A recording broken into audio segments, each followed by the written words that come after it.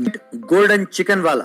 कालाहंडी नाम के गांव में भूषण नाम का एक जमींदार रहता था। उसकी एक सुंदर सी बेटी थी, उसका नाम था प्रज्ञा। एक दिन जमींदार, इस साल मैं अपनी बेटी का जन्मदिन बड़े धूमधाम से मना रहा हूँ। गांव वालों से विनती है कि आप सब उस दावत में शामिल होकर मुझे कृतार्थ करें, कहकर ऐलान किया। उस गांव में विराज नाम का एक चिकन वाला रहता था। उसे प्रज्ञा बहुत पसंद थी, वो भी उस दावत में आया।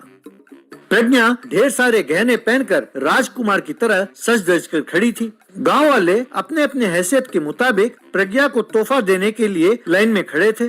विराज ने एक मुर्गी के चूजे को तोहफे में दिया।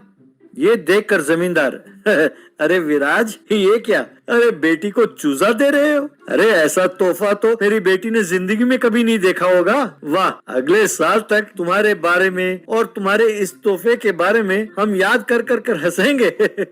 ठीक है, दे दो तुम्हारा ये अद्भुत तोहफा, कहकर हंसने लगा। गांव वाले भी हंसने लगे। विराज उनकी बातों पर ध्यान न देते हुए, प्रज्ञा जी, ये मेरे पास सबसे सुंदर चूजा है। ये मेरे हाथ हर रोज खेलती रहती है, बहुत मस्ती करती है। इसे आप अपने पास रखिए, ये आपको हर रोज हंसाएगी। आप हमेशा खुश रहें, ये दुआ करते हुए विराज की इस भेंट को आप स्वीकार कीजिए, कहकर उसे दिया। प्रज्ञा ने खुश होकर लिया। उसे भी विराज बहुत पसंद था, पर उससे ये बात कभी उसने नहीं बताया। इस दावत में चमन नाम का एक चोर सूट बूट पहनकर कोई लाड साहब की तरह वहां पहुंचा। प्रज्ञा और उसके जेवर को देखकर, अरे वाह, इस लड़की के गहने बहुत कीमती होंगे, यानी उनके पास और भी संपत्ति होगी। अब ये सब गहने लूटूं तो कैसे? एक एक करके चुराना तो मुश्किल है, इसीलिए इस लड़की को उठाकर ले गया तो ही ठीक होगा। इससे शादी किया तो ये जेवर भी मेरे और सारी जमींदारी भी मेरी हो जाएगी। यूं सोचकर अपना बंदूक दिखाकर उस लड़की को वहां से घोड़े में बिठाकर भगा कर ले गया।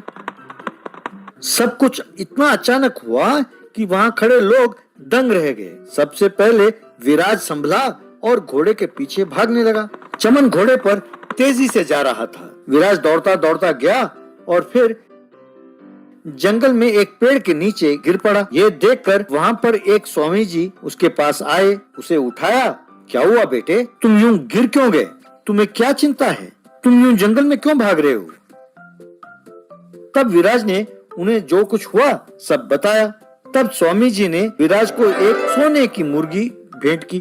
ये देखकर विराज, ये सोने की मुर्गी का मैं क्या करूंगा स्वामी जी? मेरे पास पहले ही बहुत सारे मुर्गियां हैं, इसका मैं क्या करूं? ये कोई साधारण मुर्गी नहीं है बेटा, ये सोने की मुर्गी है। इसे नीचे रखते ही ये बहुत विशाल सोने की मुर्गी में बदल जाएगी। उसमें बैठकर तुम जाकर उस चोर को पकड़ सकते हो।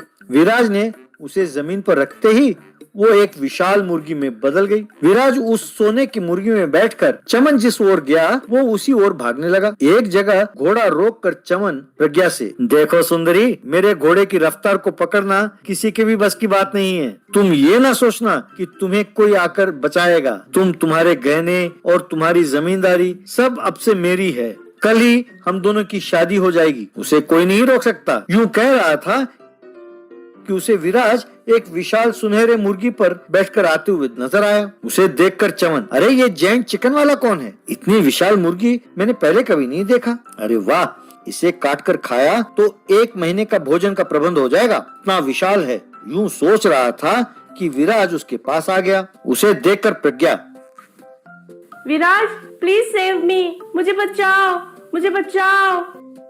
क्या ये इस सुंदरी के लिए आया है? तब तो इसके हाथ नहीं लगना चाहिए, कहकर घोड़े पर बैठकर उस लड़की के साथ वहां से भागने लगा।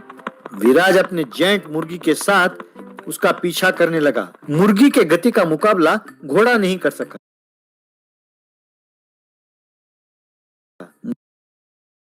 मुर्गी ने अपने सुनहरे चोंच से उस घोड़े को नोचा। बस चमन घोड़े से उछलकर नीचे गिरा।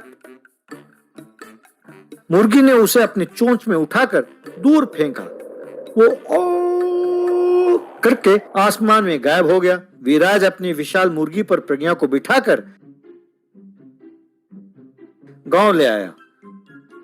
उसे देखकर लोग, अरे वो देखो, विराज कितनी विशाल मुर्गी पर बैठकर आ रहा है। अरे वो देखो, अपनी जमींदार की बेटी को लेकर आ रहा है। विराज, तुम वाकई हीरो हो। यूं सब उसका गुण गा रहे थे। तब विराज ने जमींदार को उसकी बेटी को सौंपा। विराज, मैंने तुम्हारा बहुत मजाक उड़ाया, पर आज तुमने अपने जेंट गोल्डन चिकन की मदद से मेरी बेटी को बचा लिया और हमारी इज्जत को भी बचाया। इसीलिए मेरी बेटी की शादी मैं तुमसे ही करना चाहता हूँ, कहकर विनय से उसकी शादी की। वे दोनों जेंट गोल्डन चिकन में बैठकर हनीमून के लिए चल पड़े। मुंबई वाला, गांव वाला। एक गांव में